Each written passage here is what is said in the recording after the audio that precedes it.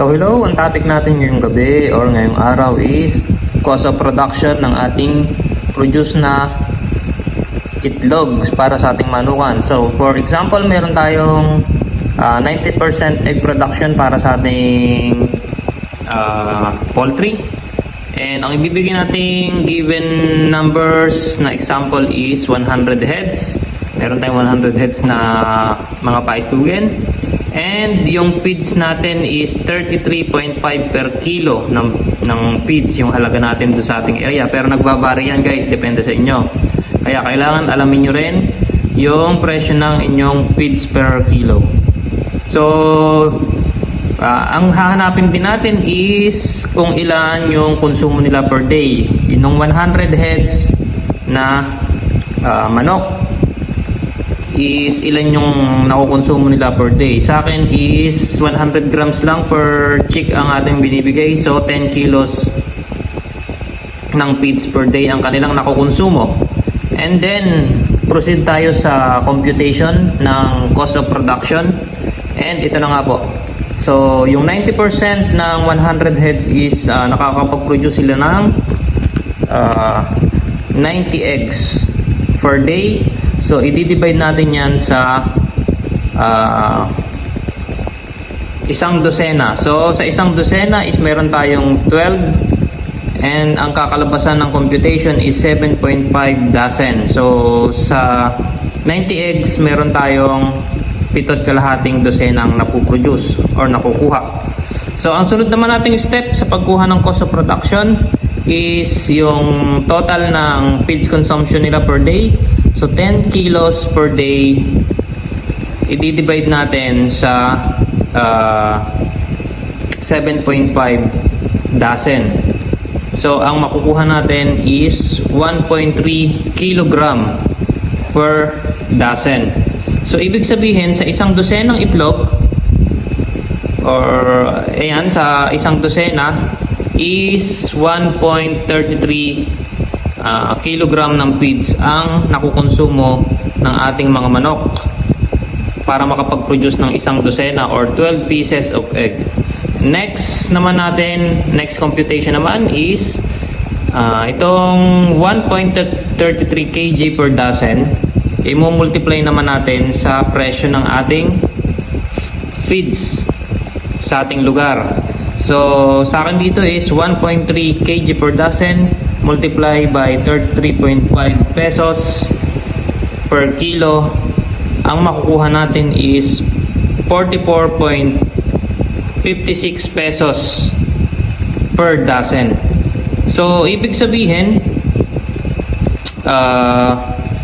dun sa isang dosenang itlog ang halaga nun ng feeds is 44.56 pesos.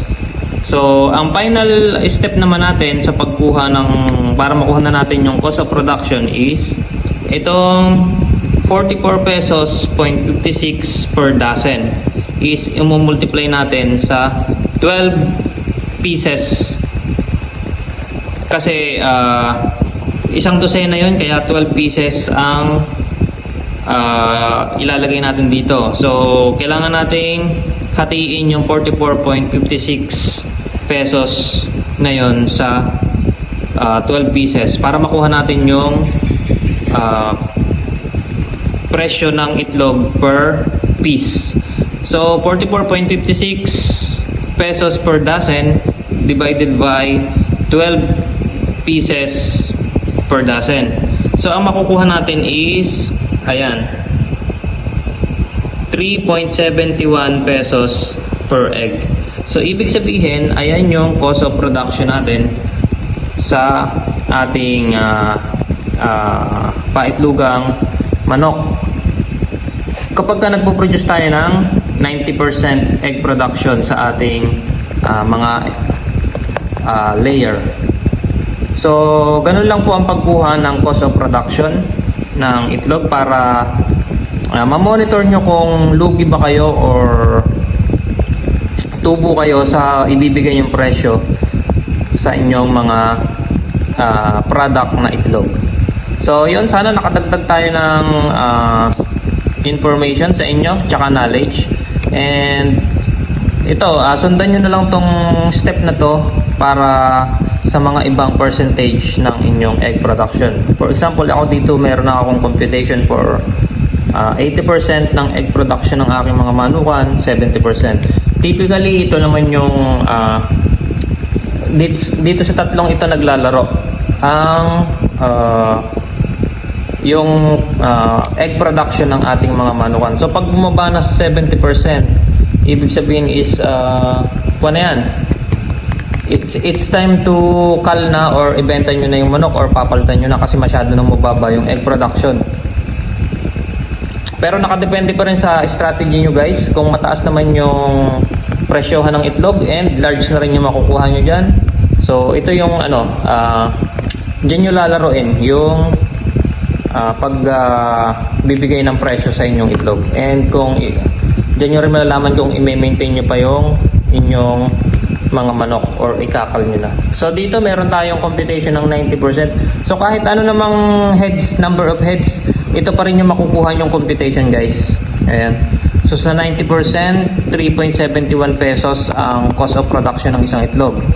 So sa 80% egg production, ayan, 4.19 pesos per egg.